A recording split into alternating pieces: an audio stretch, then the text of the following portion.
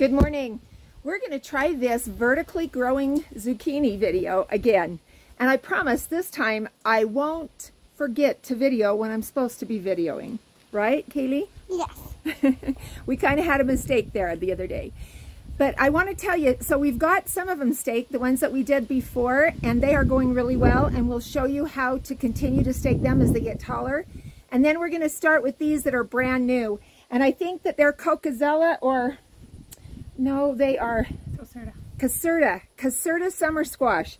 And they're kind of like a zucchini, only they're gray and they're striped. They're really a pretty vegetable.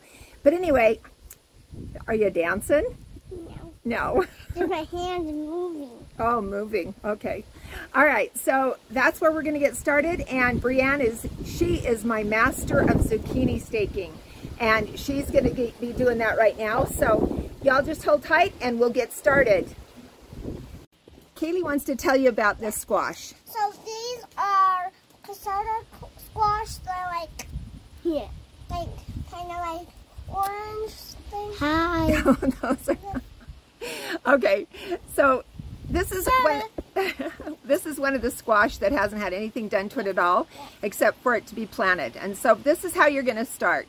So we're going to start by putting the stick as close to the plant as we can get it. Yes. So that's what we're going to do right now. And then... And push it in there until it won't go further so that it's good and stable. And then I am just going to grab this like little clippy thingy. And I'm just going to like... Okay, your mom's going to help you, can't she?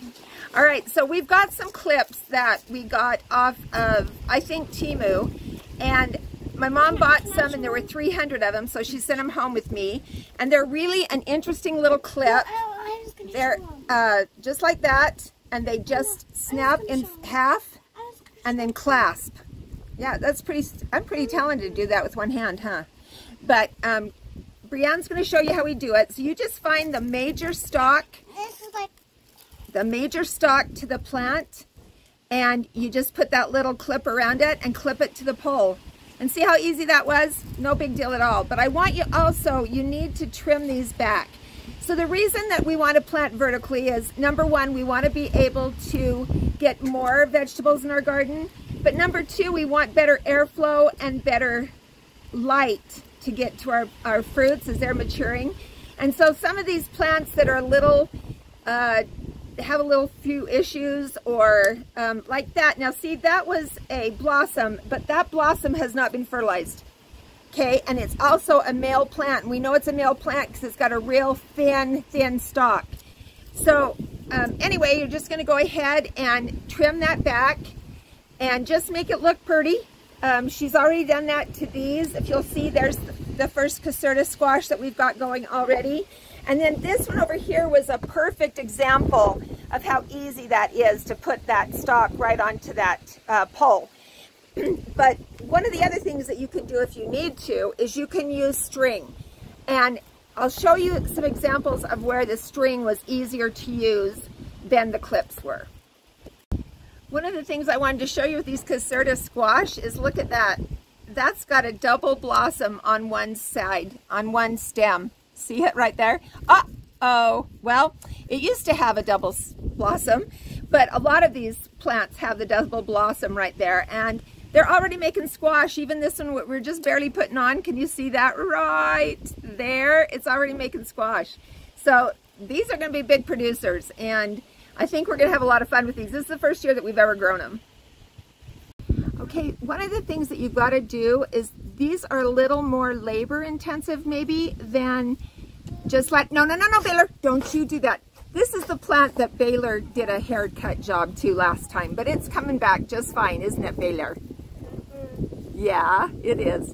But anyway, you need to keep coming back and trimming the old leaves that go down in the bottom. And also, Brianne wanted to show you, this is one of the leaves that we cut off last time, and it just continued to grow from the stem. So I don't know what you're supposed to do about that. But anyway, so she's just trimming back some of the dead leaves down on the bottom, just so that there's a good airflow underneath the plant. And we're going to put some stakes on these and show you how to do the next set as they climb up your pole. This one is going to need to be done with string, and we're just using cotton string from the cooking section of your local supermarket. But anyway, the reason that we're having to do that is because there's not enough room to put a clamp in, but you can fish a piece of string around them really easily. Okay, we wanted to show you how you're going to do one that's a little bit different. Now these that we've tied up along here, we've had to do them with string, mostly because it's not that easily defined like it was on that other side.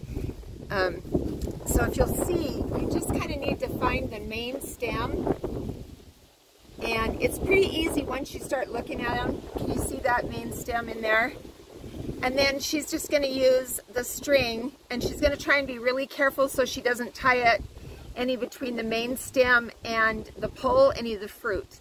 So that's just what you do, and you just keep doing that all the way up as it grows right along that pole. All right, I wanted to show you exactly what happens as these grow up. If you'll notice, the fruit are just kind of coming down off the stem. The stem is just growing right up that stake. So isn't that cool? That's exactly what we want to happen. Yay! All right, so we got all of the zucchini, the cocazella, the summer squash, and the caserta squash. We got them all staked up, and I wanted to show you kind of what they look like now. So these are the zucchini, and they are a little bit more difficult, I think, to stake than some of the other summer squash. I did show you that one summer squash right down there and how easy it is, and what it's exactly what it's doing, exactly what it's supposed to, which is work right up that stake. And well, we've got some summer squash coming on there, and then the same thing. These are those cocazella, and look at that, how I think, aren't they cute? They're like a zucchini. They're just another squash, and they're pretty easy to get them to stake also. And then the last ones, my cucumbers aren't doing so good. I've got them ready to stake up the sides of this trellis right here, but they're just struggling. But that Brussels sprouts, they're not struggling at all. But those are the caserta, and we've got them up. And don't worry too bad about these. They look pretty rough right there, but I've got a stake that we're putting up, or not a stake, a trellis, and we're going to stake those to that tomorrow. And then this right here is fennel, and I'm just going to go put that in one of those grow tubs.